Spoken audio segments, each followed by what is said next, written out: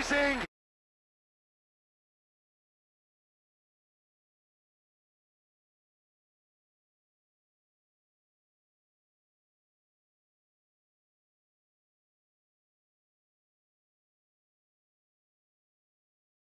By not running it there.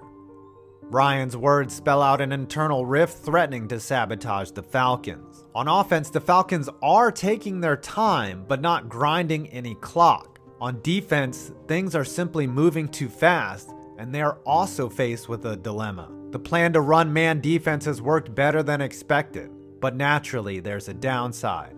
Man defense leads to far more fatigue than zone, given that the defenders are chasing receivers down and across the field every play. They can either run man and wear their defensive backs out, or switch to zone and let Tom Brady pick them apart. Atlanta has yet another problem on defense, and it's severe enough to let the Patriots march from inside their own 15 into the red zone.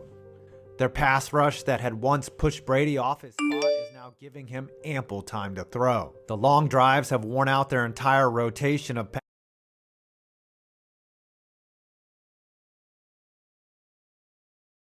pass rushers, and the Falcons' coverage can't hold up long enough. The defensive line is still stunting, but it's not as effective now that Brady has found the holes in the secondary. But there's one player who still has enough energy to push the pocket. Second-year defensive tackle Grady Jarrett, who uses his sheer strength to collect 2 sacks in a row and force the Patriots into kicking a field goal. But the field goal still cuts the score to 16 points, or in other words, 2 possessions. Alarm is now starting to stir on the sidelines.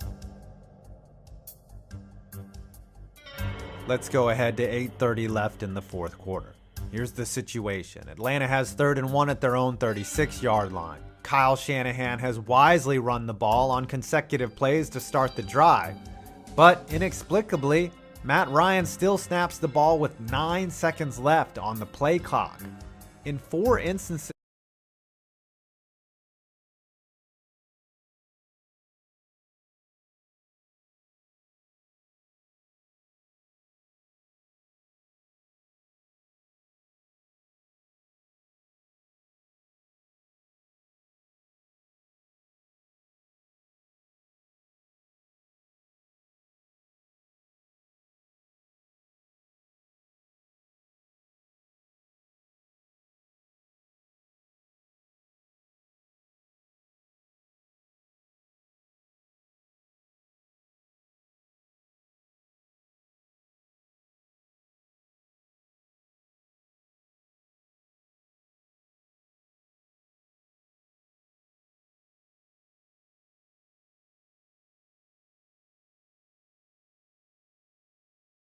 in the fourth quarter, Ryan will snap the ball with a running game clock and double digits left on the play clock.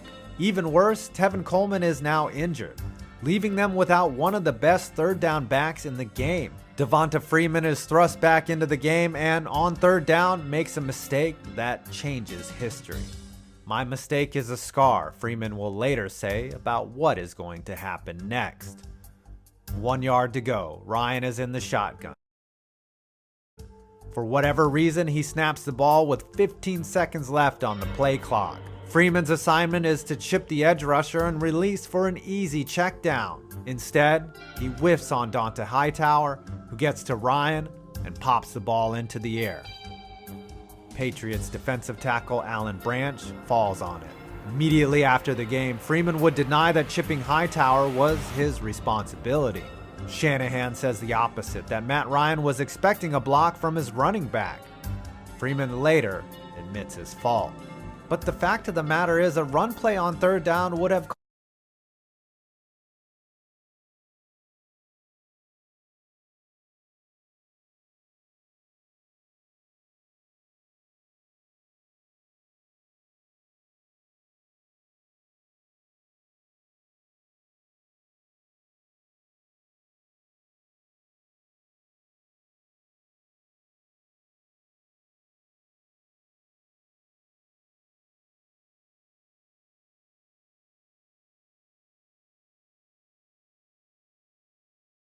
caused significantly less confusion.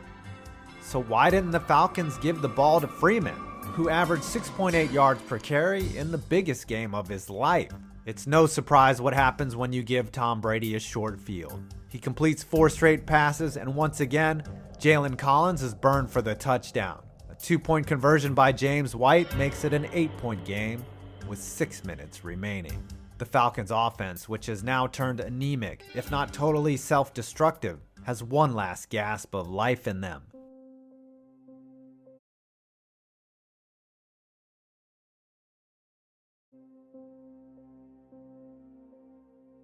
Devonta Freeman gets a chance to atone for his earlier gaffe, catching a short pass and running free for 39 yards. Now, they look towards a man who had been forgotten about since the first half. Matt Ryan has not targeted Julio Jones since there were 10 minutes and 11 seconds left in the second quarter. Ryan forces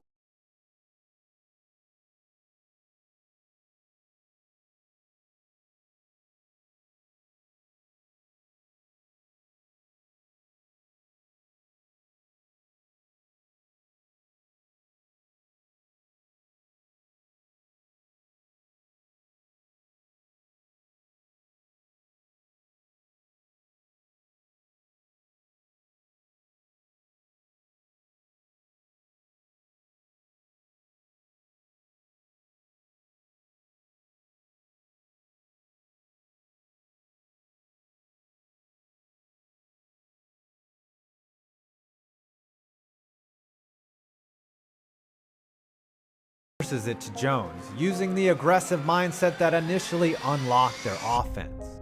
It works. Jones stretches and taps both toes in bounds to make one of the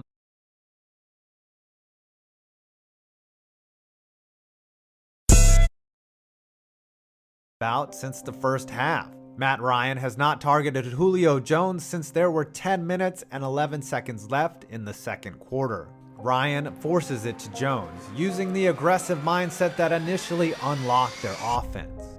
It works. Jones stretches and taps both toes in bounds to make one of the most spectacular catches, not just in Super Bowl history, but in any game, ever. Jones will be targeted 4 times in this game. He catches all 4 of them, and now the Falcons are in the driver's seat. Even though their 25-point cushion has shrunk to just 8, they have the ball at the 22-yard line with 4 minutes and 35 seconds left in the game. If they run the ball 3 times and gain 0 yards using all of the play clock and assuming the Patriots save their timeouts, Matt Bryant can attempt a 39-yard field goal and give the Falcons an 11-point lead with roughly 1 minute and 55 seconds left in the game. The red and black confetti awaits. The Falcons run the ball once. The thought is to get as many yards as you can, Shanahan will say after the game. We were right there on the fringe. It was by no means an easy field goal. If you do pass, there are 2 things you absolutely can't do. You can't throw an interception, and you can't take a sack.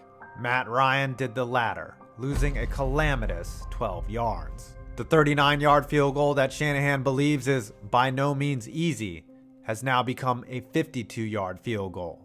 On 3rd down, the Falcons refuse to run again, but their gamble appears to pay off. Ryan hits Mohamed Sanu on the left sideline for 9 yards. However, there's a flag. Ryan, now normally calm, cool, and collected, starts to crack. He gets off the ground and asks his lineman, "Check the call." "What the guys? Did you hold?" I did not. Tom Compton didn't hold, but Jake Matthews did, and it's not debatable. It's now a 62-yard field goal, which would equal Bryant's career high, even in perfect conditions under the dome.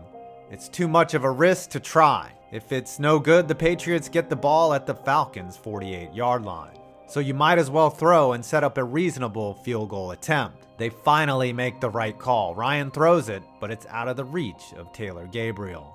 Almost poetically, the errant pass bounces at the feet of the kicker, Matt Bryant. Julio Jones is wide open for a quick 5 yards and maybe more. Ironically, this is when Jones doesn't get the ball.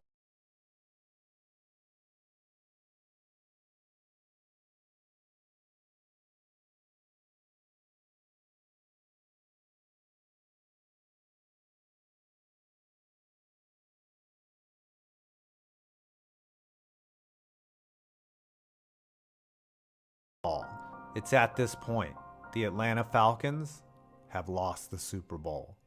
Everyone watching knows what will happen, even the Falcons themselves.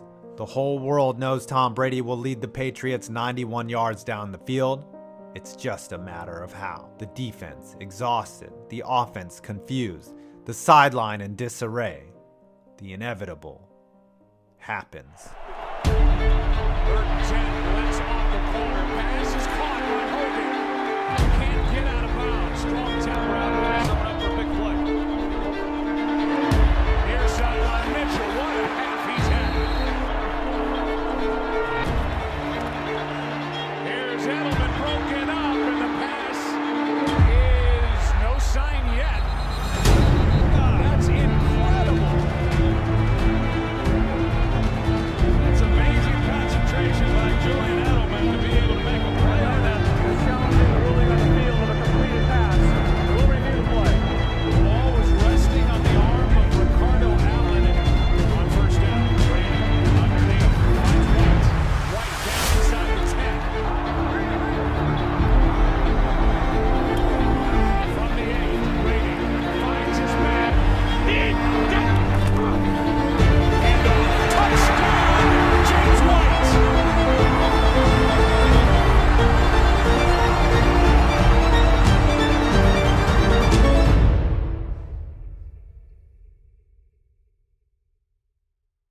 Here, when the Patriots snap the ball, it will be their 92nd play on offense. The average team snaps the ball somewhere between 60 and 65 times per game. They've possessed the ball for 40 minutes and 20 seconds. The Falcons have had it for just 23 minutes and 27 seconds. The Falcons' defense has lived on man coverage, and now they're dying by it. The big guys who were pushing the pocket into Brady's face in the first half are now gassed and no longer collapsing number 12's favorite patch of real estate. A touchdown wins the game. A goal line stand will force a short field goal, which will give the Falcons a chance to tie or win the game on a touchdown. And there's one outcome that will greatly increase their chances of winning: a turnover. On 1st and goal, Brady drops back to throw, ready to win the game with his arm. He floats a fade to his tight end, Martellus Bennett. Vic Beasley, playing man-to-man, is all over it. He extends his left arm to grab the ball away from its intended target. The ball caroms off his hand and hits the ground, incomplete. One play later, the game is over. He's in! Patriots win the Super Bowl! There are two main factors that led to the Falcons committing the greatest choke job in Super Bowl history. The first was their inability to get off the field defensively in the second half. Over the course of the whole game, the time of possession was greatly in favor of the Patriots, not the team that was leading.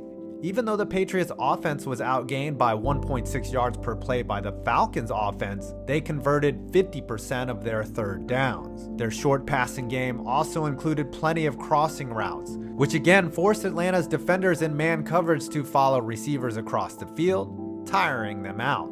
By the time overtime came around, the Pats could play more aggressively, attacking a tired defense to the tune of 8.3 yards per play, all through the air, save for the final touchdown run. The second factor, play calling following Tevin Coleman's touchdown. Immediately after that score, the Falcons should have started slowing the game down on offense. Instead, they foolishly assumed that since their aggressive style got them where they were, it was best to keep their foot on the gas. They should have made Devonta Freeman the centerpiece of the second half after he rushed for 71 yards in the first 2 quarters. Instead, he finished the game with just 75 yards. The Patriots, on the other hand, shifted their philosophy, abandoning the run and taking their power back off the field in favor of James White, who ended up catching 14 passes out of the backfield. They found the hot hand on offense, and they rode him to victory.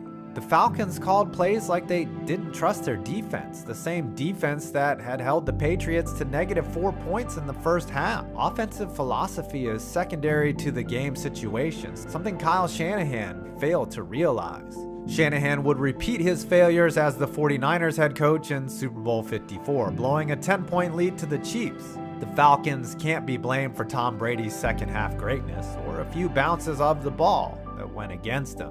But you don't lose a 25-point lead through just bad luck.